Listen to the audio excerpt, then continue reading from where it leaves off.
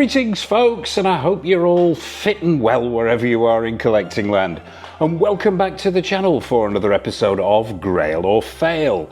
For the newbies, the uninitiated, those new to the channel, Grail or Fail is where we revisit a 6 scale or quarter scale statue or action figure that's widely considered to be a bit of a classic in the collecting community and find out if it still holds up today. So, going under the microscope today, it's a quarter scale action figure, and it is none other than only the second quarter scale action figure that Hot Toys ever released.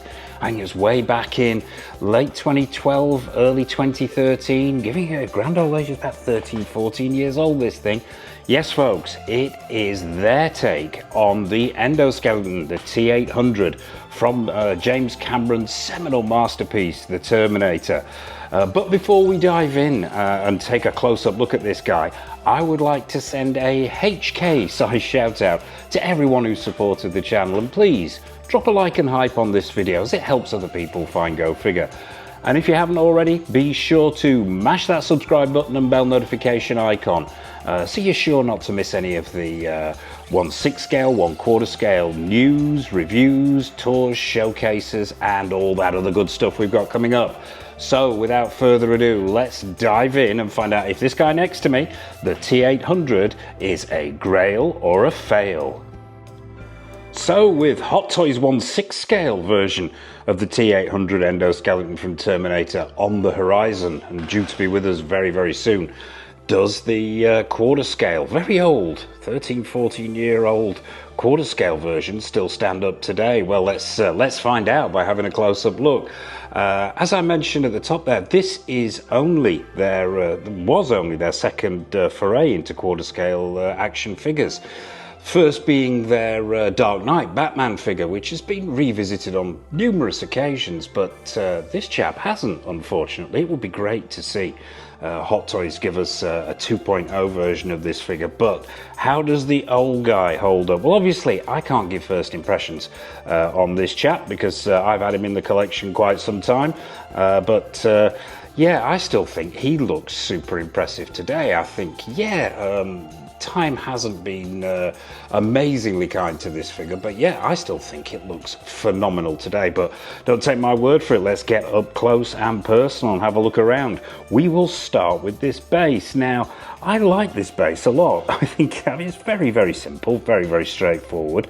Plastic base here.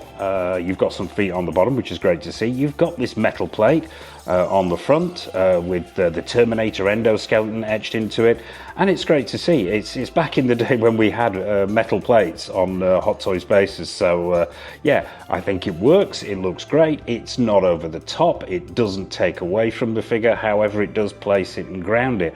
What you've got on the top here is this sort of well, it's just sort of dirt type effect, almost maybe concrete or just plain dirt. It's done in greys with some what look like white and yellow highlights, and in between the cracks that have been nicely put in with almost like this lava effect going on, you've got the skulls, and there's plenty of them. There's bones and skulls all over the place. You've got skulls at the back there, as you can see. There's a pile of them on the left hand side. We'll spin it round so we can get closer to those. And yeah, not 4K if we saw this base done today. Obviously, I think there'd be a lot more detail on there. Had to keep it relatively flat so that this the figure can sit on it comfortably. But yeah, it's maybe not the sharpest or the best painted base, but we've got to remember we're talking 13, 14 years ago, and I think as far as bases go, I think it stood up pretty well, and I still really, really like it. But yeah, let's talk about the figure itself. Now, straight away, we've got to talk about the materials that Hot Toys have used here. We are looking at a huge amount of die cast, super heavy figure this. Yes, there is plastic in places, but on the whole, the vast majority of this thing is die cast. And I think that is great to see, absolutely great. Even back then, Hot Toys took the decision to use die cast. I know in some of their 1 6 scale endoskeletons after this, They went down a plastic route, and I really don't think that was the best choice. But you know, it is what it is. So let's start with the feet and work our way up. I think these feet are great. Now, they are articulated at the toes here. These are metal, cold to the touch. There's some plastic in here, as I mentioned, but the feet are metal. You've got metal legs going all the way up here. The plastic bits, really, as far as I can tell, I mean, some of the arm sections are plastic. You can feel those on the inside, but on the whole, 90%, I would say, of this thing is metal. But those feet, yes, super impressive. Screen accuracy is there. Paint applications are great. You've got a sort of, I don't know whether it's paint application or whether the metal's actually being heat treated to give it this weathered look at the bottom here, and you can probably see that in the shin sections there as we move up. But you've got this sort of darker section here, which is continued in the feet, almost hints of blue over the top of those feet there. But each of the digits are articulated. They look really, really good. Mention that shading on the legs. Let's talk about these legs now. I think they are super impressive. They really, really are, especially considering this thing's age. But there are a few details here that some could argue are not screen accurate, and we'll cover those as we work our way up. But on the whole, I think they've captured that Stan Winston designed endoskeleton absolutely beautifully. Now let's take a look at the rest of these legs. Now, die cast here all the way up, beautifully done. And I'm going to say from the get-go here, yes, this die cast has, I wouldn't say it's tarnished, but it is prone to, don't say discoloration, but like most metallic or heavily alloyed figures like this one is heavily chromed up, it will discolor over time. I've always meant to get round to actually having this thing re-chromed. Not quite managed it yet, but one day it will get a full re-chrome. But you've got to be super careful with that, simply because of these shaded areas, and there are certain areas which are meant to look slightly worn, slightly weathered. There is a hint of weathering, almost like mud spatter on these legs. So yeah, super careful, I think, is the axiom for re-chroming this guy. But overall, those legs are brilliant. All these pistons are functioning.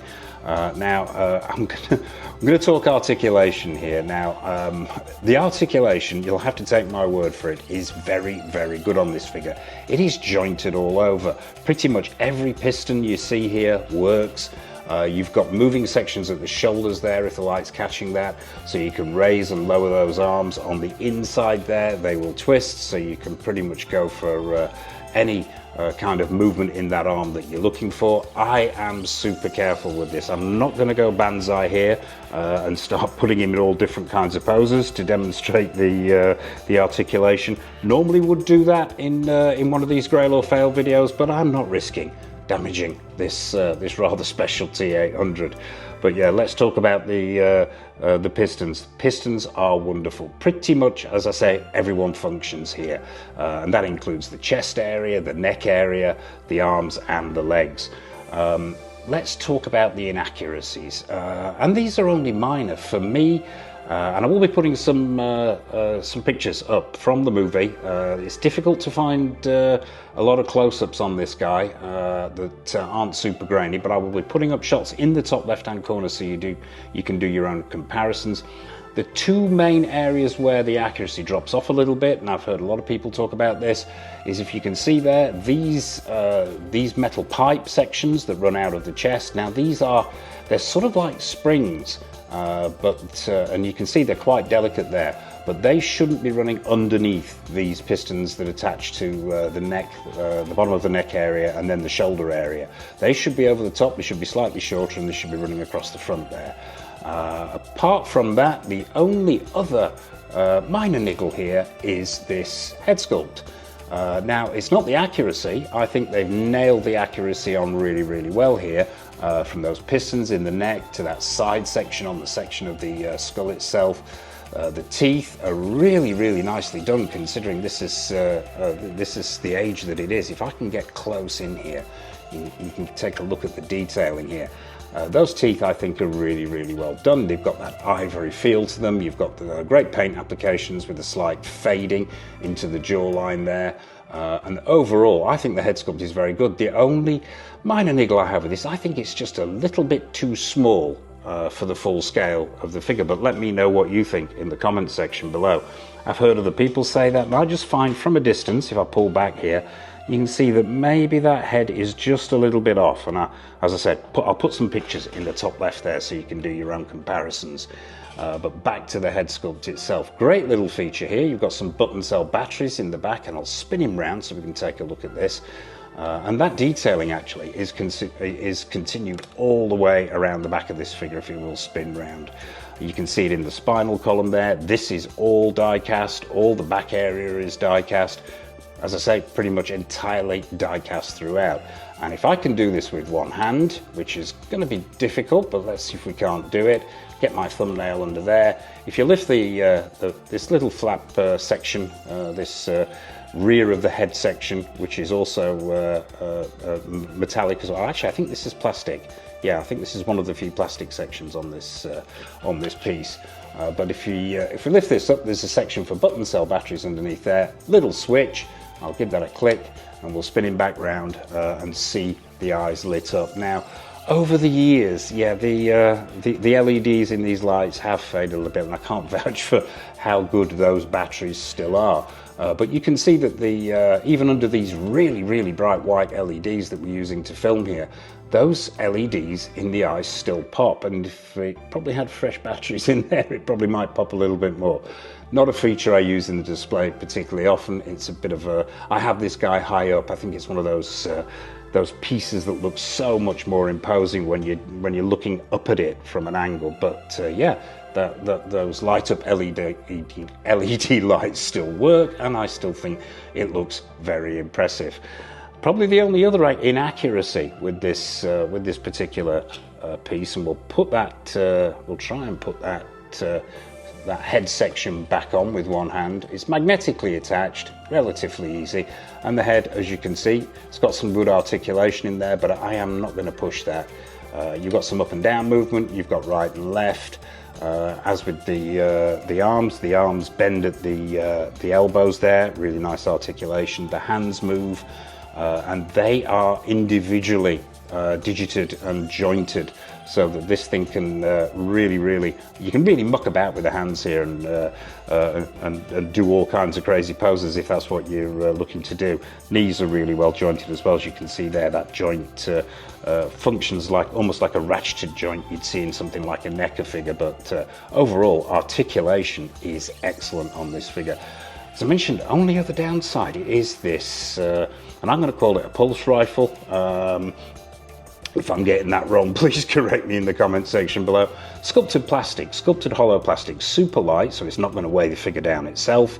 Yeah, we don't actually see in the original movie a T-800 endoskeleton wielding this thing. That's reserved for Terminator 2 Judgment Day.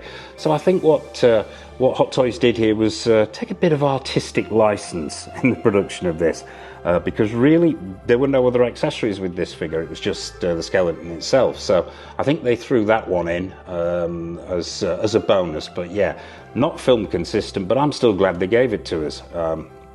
The accuracy's there, the sculpt is really good, the detailing is very, very good, and you've got some weathering on there too. So yeah, that's the weapon. But overall, I think this piece is exceptional for its age. But you know, is it still a Grail? That is the big question. So there you have it, folks. That is Hot Toys, and only their second foray into the quarter scale action figure world with their T-800 endoskeleton. But is it a Grail or a fail? Time to go in for the final verdict. Okay folks, so it's time for a final verdict on Hot Toys' 13-14-year-old quarter scale take on the T-800. Is it a Grail or is it a fail? Good stuff. Proportions excellent. Screen accuracy on the whole is pretty much nailed on. There are a few little niggles here and there, but they can be forgiven considering how old this thing is. Love the base. Yes, it would be more 4K if it was redone today, maybe even a bigger diorama, but I think this one still works really well. I can't argue with the use of die-cast here. Pretty much die-cast throughout and really, really well done. Yeah, as I mentioned, some screen inaccuracies, head a little bit too small in my opinion, but that's forgivable. Minor niggles there. The plasma rifle itself doesn't belong here, but that doesn't bother me. I like its addition. I think it just adds to the menace and the presence of the figure. You can't argue with its presence. It looks stunning, I think, in the collection. I love displaying it. I think it's phenomenal, and I guess you know where this is going, folks. Yes, is it a Grail or a fail? For me, absolutely 100% nailed on Grail. As a huge fan of the Terminator franchise, particularly the first two, this was a must-have in the collection, and I think it still stands up, more than stands up today. Yes, it would be amazing to see a 2.0 version of this figure. I would love to see that. I can't see how the materials could be improved, but the production techniques will be better. Maybe some of the screen accuracies could be ironed out, and maybe a better base. But overall, yeah, this thing still stands up today, and to me, it's 100% nailed on Grail. So there you have it, folks. That is Hot Toys' quarter scale take on the T-800. But what are your thoughts on this piece? Do you have it in the collection? Do you agree with me? Am I getting this right? Is this a Grail, or has Mr. Go Figure got it completely wrong, and is it a total fail? Let me know in the comment section below. I would be fascinated to hear your take on this. What have we got coming up on the channel? Well, plenty more episodes of Grail or Fail. We've also got plenty more new figure reviews. We've got stuff coming in from Hot Toys, from InArt, from Susu Toys, Present Toys, Caustic Plastic, Exo6, Iconic Studios, to name but a few. We've got a tour video coming up very, very soon. That's been on the cards for a while, but will be with us shortly. And we've got a raft of other news, reviews and previews coming in as well. So as I mentioned at the top there, be sure to mash that subscribe button and bell notification icon so you're not missing any of it. And I suppose all that remains for me to say is, from myself and from the Grail, that is Hot Toys' 14-year-old T-800, a massive thank you for watching as always. And until next time on the channel, take care of yourselves, happy collecting, and it's over to the showcase.